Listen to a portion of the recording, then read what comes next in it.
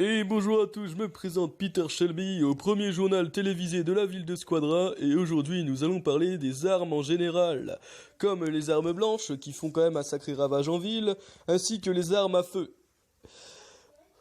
Donc il y a pas longtemps, il y a une semaine environ, une fusillade a éclaté à l'hôpital, près de l'hôpital, au parking où il y a eu un mort. Un mort, une victime qui est criminelle et la police avait réussi à l'arrêter, tout simplement. Comment dire? Toutes les armes ne font pas autant de victimes que les autres. Il y a des armes illégales qui sont jugées totalement illégales bien sûr par la loi et qui font énormément de morts. Et malheureusement, c'est pas souvent c'est des morts c'est des victimes. Ce n'est pas des tueurs, ce n'est pas non plus, c'est pas des agresseurs qui se font tuer, c'est des agresseurs qui tuent des personnes. Comme toutes les armes que vous voyez défiler depuis tout à l'heure, c'est des armes totalement illégales, jugées illégales par la loi.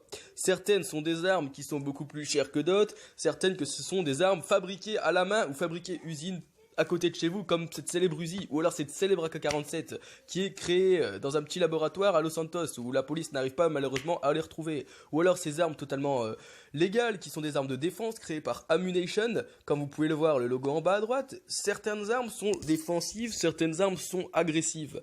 Donc c'est bientôt la fin de ce journal, je vous demanderai de mettre une petite réaction en dessous du journal, et je vous dis à bientôt pour un prochain journal télévisé sur la ville de Squadra City. Et je vous dis au revoir, c'était Peter Shelby.